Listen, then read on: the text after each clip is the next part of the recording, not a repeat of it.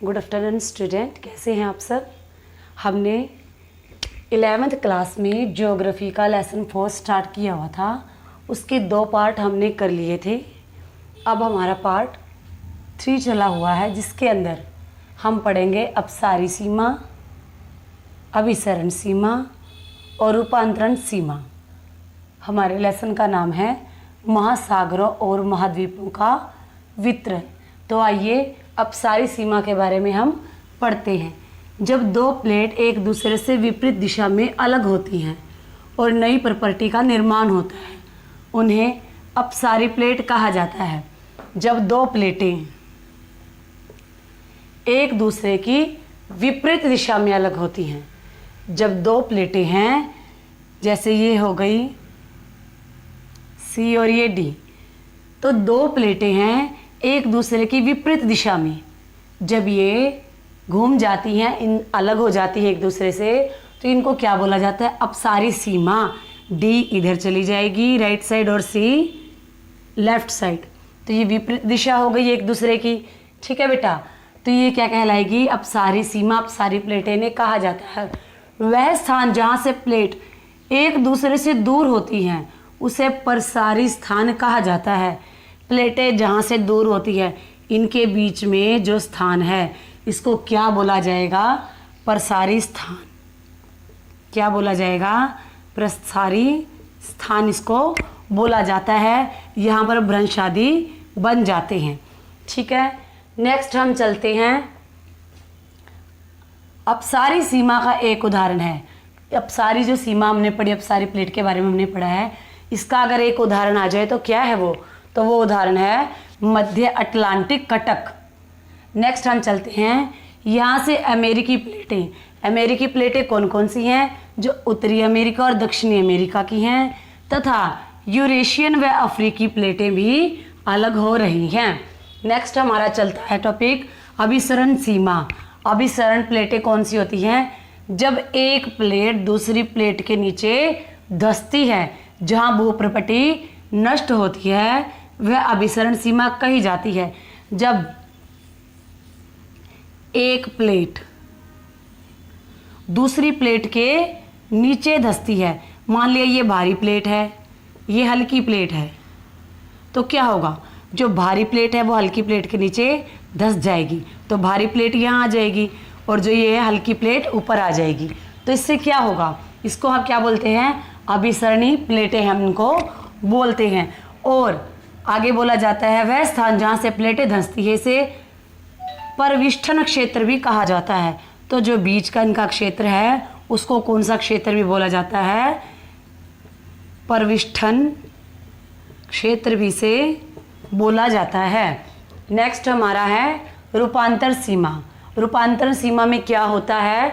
जहाँ न तो किसी नई प्रॉपर्टी का निर्माण होता है और न ही किसी का विनाश होता है। किसी भी प्रॉपर्टी का विनाश होता है, उसे क्या बोलते हैं? रूपांतर सीमा। इसका कारण क्या है? इसमें जो प्लेटें होती हैं वे एक दूसरे की क्षैतिज दिशा में चलती हैं। एक दूसरे की क्षैतिज दिशा में चलती हैं। ना तो ए प्लेट का ये ए हो गई और ये बी।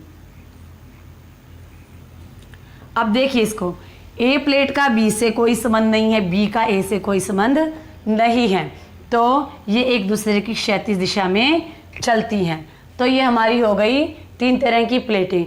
इनके कुछ कारण हैं, आइए वो भी हम अभी कर लेते हैं। हाँ जी बेटा, आगे चलते हैं।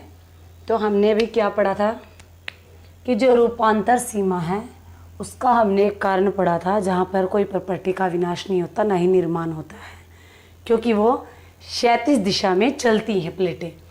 तो यहाँ पर हम रूपांतर सीमा के बारे में कुछ और पढ़ लेते हैं। रूपांतर भ्रंश 2 प्लेटों को अलग करने वाला तल है। यह मध्य महासागरीय कटकों से लंबवत स्थिति में पाए जाते हैं। तो जो मध्य महासागरीय कटक होते हैं, वो क्या होती है? महासागरीय कटक बोला किसे जाता है? उसके लिए मैंने यहाँ लिखा है महासागर तल से ऊपर उठा हुआ एक बड़ा दीर्घ उभार, उसे क्या बोला जाता है? महासागरीय कटक बोला जाता है। और इस महासागरीय कटक को उत्तर में क्या बोला जाता है? Dolphin rise. और दक्षिण में से बोला जाता है चैलेंजर राइज, इसको बोला जाता है। तो आगे पढ़ते हैं कारण। क्योंकि कटकों के शीर्ष पर एक ही समय में सभी स्थानों पर ज्वालामुखी उद्गार नहीं होता। जो कटकों के शीर्ष होते हैं उनके ऊपर एक ही समय में सब जगह ज्वालामुखी का उद्गार नहीं होता।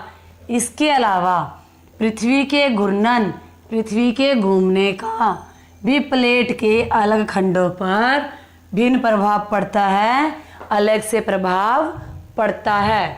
नेक्स्ट टॉपिक हमारा है प्लेट प्रवाह दरें। तो प्लेट प्रवाह दरें, प्रवाह दरें, प्रवाह का मतलब हो गया चलना, कि किसकी गति कितनी है कौन सी प्लेट की। ठीक है, प्लेट प्रवाह को समझने के लिए उत्क्रमण चुंबकीय क्षेत्र की पट्टियाँ वैज्ञानिकों के लिए सहायक रही। तो प्लेट प्रवाह को समझने के लिए कौन सी पट्टियाँ वैज्ञानिकों के लिए सहायक रही? उत्क्रमण चुंबकीय क्षेत्र की पट्टियाँ, जो कि मध्य महासागरीय कटक के समांतर हैं। प्रवाह की ये दरें अलग हैं। कौन कौन सी है? पहली है आर्कटिक कटक। इसमें क्या है? आर्कटिक कटक की प्रवाह दर सबसे कम है। कितनी कम है? 2.5 सेंटीमीटर प्रति वर्ष से भी कम। कितनी चलती है ये साल में?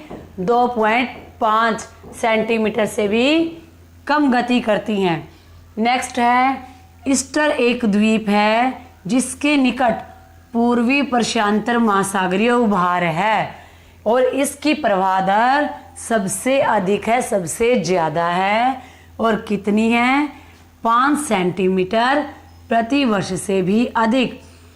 5 सेंटीमीटर प्रति वर्ष से भी ज़्यादा इसकी प्रवाह दर है। तो ये नोट जो था महासागरीय कटक का, ये मैं आपको पहले बता चुकी हूँ। नेक्स्ट हमारा ईस्टर द्वीप के निकट पूर्वी प्रशांत महासागरीय उभार की प्रवाह दर को हमने पढ़ा, जो सबसे अधिक है और यह 5 सेंटीमीटर से भी ज़्यादा प्रतिवर्ष प्रवाह करती है। यह चिली से 3400 किलोमीटर पश्चिम की ओर दक्षिण प्रशांत महासागर में है।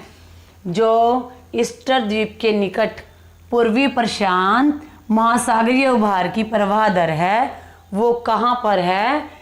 यह चिली से 3400 किलोमीटर पश्चिम की ओर दक्षिण प्रशांत महासागर में है।